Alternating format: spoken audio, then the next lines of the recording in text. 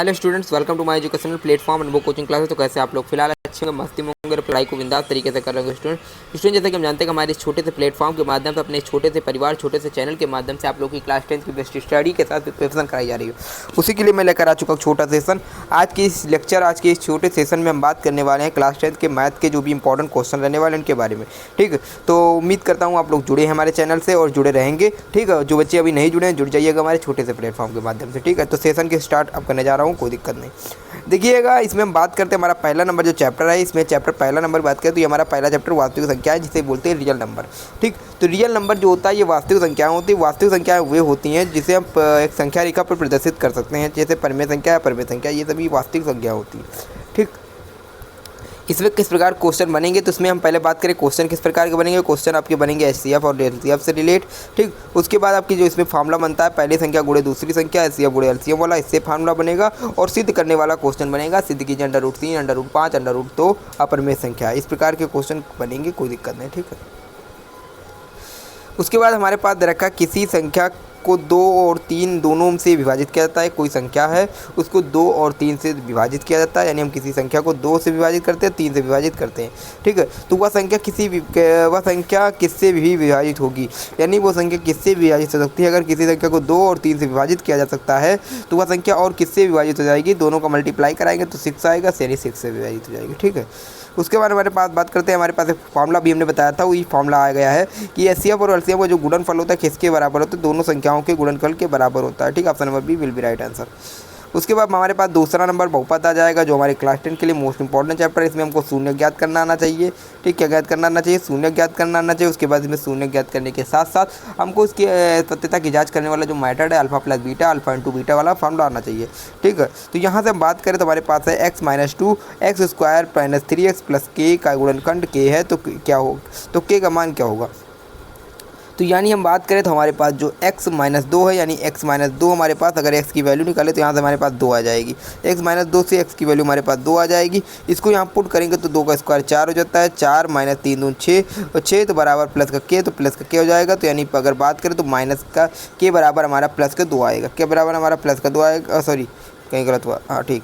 तो यहाँ 3 दूनी 6, x की वैल्यू 2 होगी तो 2 का मान रखेंगे, 2 दूना 4। ठीक, और 2 दूना 4, उसके बाद क्या हो जाएगा ठीक, यहाँ पे वैल्यू पुट करेंगे तो 2 दूना 4 हो जाएगा, और माइनस का 3 और उसका जब रखेंगे वहाँ पर वैल्यू तो -3, और इसका जब कराएंगे 3 से 2 का तो 3 दूनी 6 हो जाएगा। ठीक, और 6 प्लस का k, तो 6 में से घटाएंगे 2, इसका ऑप्शन नंबर ए होना चाहिए आंसर। कोई गलत कहीं मिस्टेक है। ठीक है, कंप्यूटर महोदय ने कहीं मिस्टेक किया क्वेश्चन पे। ठीक है, कोई दिक्कत नहीं। देखिए हमारे पास, क्योंकि यहाँ पर हमारे पास एक शून्य दे रखा है, x - 2 और x² - 3x + k का गुणनखंड है। तो गुणनखंड है तो यानी x बराबर हमारा जो होगा 2 निकलेगा। ठीक है, यहाँ से इसको अगर आप सॉल्व करते हैं तो x बराबर 2 आएगा, x बराबर 2 आएगा तो इसमें हम रखेंगे, पुट करेंगे तो 2 का स्क्वायर होता है 4, x² - 3x, 3 गुणे 2 यानी आ जाएगा 3 दूनी 6, तो 4 - 6 बराबर प्लस k, और यहाँ से माइनस का 2 प्लस का k, तो ये k बराबर 2 आएगा। k की वैल्यू जो होगी वो 2 आएगा। यहाँ गलत आंसर है, आप लोग देख लीजिएगा, ये क्वेश्चन मिस्टेक है। कंप्यूटर महोदय भैया किस प्रकार क्वेश्चन बनाते हो, देख रहे हो कंप्यूटर। ठीक, option number A will be right answer होगा, क्योंकि यहाँ पे कई क्वेश्चन में कहीं मिस्टेक होगा, या फिर यहाँ x बराबर -4 हो सकता है। ठीक है, देख ही लीजिएगा क्वेश्चन, अगर गलत हो रहा हो, सही आ रहा हो तो बताइए, कमेंट करिएगा, व्हाट्सएप पर मैसेज भेज दीजिएगा। ठीक, यदि किसी घन बहुपद में के शून्यक अल्फा बीटा गामा हो तो alpha plus beta plus gamma क्या होते हैं, तो alpha plus beta plus gamma जो होते हैं, ये पहला option will be right answer. ठीक, पहला ऑप्शन सही हो जाएगा, यानी -b/a होता है। ठीक है, देखिए 2 चर वाले रैखिक समीकरण से किस प्रकार क्वेश्चन बनेंगे, ये भी आपके बोर्ड एग्जाम के लिए मोस्ट इंपॉर्टेंट रहने वाला है। ठीक, यहाँ पे बात करें, हमारे पास दे रखा है यदि a1/a2 is not equal to b1/b2 तो समीकरण के कैसे प्रणाली होंगे, तो ये भी इससे क्वेश्चन बनता है। हम इसका बोर्ड पे एक सेशन लेंगे जिसमें आप करा देंगे सारा क्वेश्चन। ठीक है, यहाँ से मैं बात करें तो इसमें option number B will be right answer हो जाएगा, संगत और एक हल वाली। ठीक है, उसके बाद हमारे पास दे रखा 2x + 3y = 6, y अवच्छेद है तो क्या है, y अवच्छेद क्या है, तो इसका हो जाएगा ऑप्शन नंबर ए, यानी 2 सी 2 करेक्ट आंसर हो जाएगा। ठीक है, फिर बात करें त्रिकोणमिति से आ जाते हैं क्वेश्चन। त्रिकोणमिति भी आपके बोर्ड एग्जाम के लिए मोस्ट इंपॉर्टेंट रहने वाला है, यहाँ से क्वेश्चन बनेंगे। ठीक, त्रिकोणोमेट्री से, त्रिकोणोमेट्री आपका देखिए हमारे पास दे रखा साइन ए की वैल्यू देखा 3/5, तो कॉस ए की वैल्यू पूछा जाएगा। साइन ए बराबर होता है, जो साइन ए होता है ये किसके बराबर होता है, लंब बटे कर्ण के बराबर होता है, और लंब बटे कर्ण के बराबर होता है, किसके बराबर होता है, लंब बटे कर्ण के बराबर होता है। कॉस ए जो होता है ये बराबर होता है किसके बराबर होता है, ठीक, कॉस ए बराबर होता है आधार बटे कर्ण के। आधार बटे कर्ण के यानी हमारा के नीचे बेस समान है तो नीचे 5 होना चाहिए, और 5 हमारा 2 ऑप्शन में है, 4 ऑप्शन में, पहला बी ऑप्शन तो होगा नहीं, ठीक, और ऊपर 1/5 है, 2/5 ये भी नहीं होगा, ये option number A will be right answer, option number A सही हो जाएगा, ठीक है। इस प्रकार आपका करेक्ट आंसर आ जाएगा, 4/5 आपका करेक्ट आंसर हो जाएगा। उसके बाद बात करें हमारे पास दे रखा है sine square A plus cos square A equal to G का मान क्या होगा, sine square A plus cos square A का मान क्या होगा, तो ये 1 के बराबर होता है, इसका option number B will be right answer, ठीक।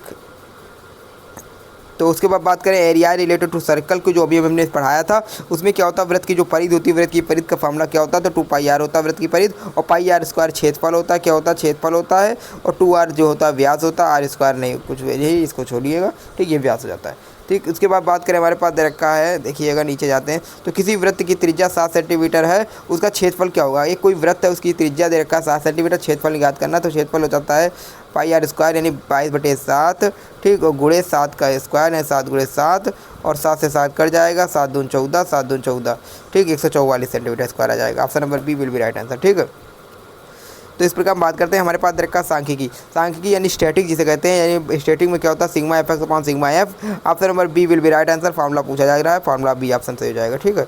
उसके बाद करते हैं मीडियन यानी माध्य क्या होता है, निर्धारण कैसे किया जाता है, माध्य निर्धारण करने के लिए आपका फार्मूला होता है n+1/2, ये फार्मूला लगा देंगे आ जाएगा, ठीक। तो ये जितने क्वेश्चन थे हमारे बोर्ड एग्जाम की दृष्टि से सारे मोस्ट इंपॉर्टेंट क्वेश्चन थे, मोस्ट इंपॉर्टेंट एमसीक्यू, छोटे छोटे सेशन के माध्यम से आपको हम सारे क्वेश्चन करा रहे हैं, कोई दिक्कत नहीं, बस मैं एक ही उम्मीद है कि आप लोग हमसे जुड़े रहेंगे तो आपको अच्छे से प्रिपरेशन कराई जाएगी, कोई दिक्कत नहीं, लेकिन अगर आप लोग नहीं जुड़े तो जुड़ जाइएगा, ठीक है। फिर मिलते हैं अगले वीडियो के साथ, अगले सेशन के साथ। हाँ, जो आपको जिस टॉपिक में दिक्कत हो, जिसमें कन्फ्यूजन हो, तो हमारे कमेंट बॉक्स में कमेंट करके दीजिएगा, या फिर हमारे व्हाट्सअप नंबर पर व्हाट्सअप कर दीजिए, माध्यम से आप सोल्यूशन को प्रोवाइड करा सकते हैं, ठीक है। तो सोल्यूशन आप भिजवा सकते हैं, हमारा व्हाट्सअप नंबर 8318801196, आप कमेंट कॉन्टैक्ट करके ले सकते हैं, ठीक। फिर मिलते हैं अगले वीडियो के साथ, अगले सेशन के साथ। जय हिंद, जय भारत।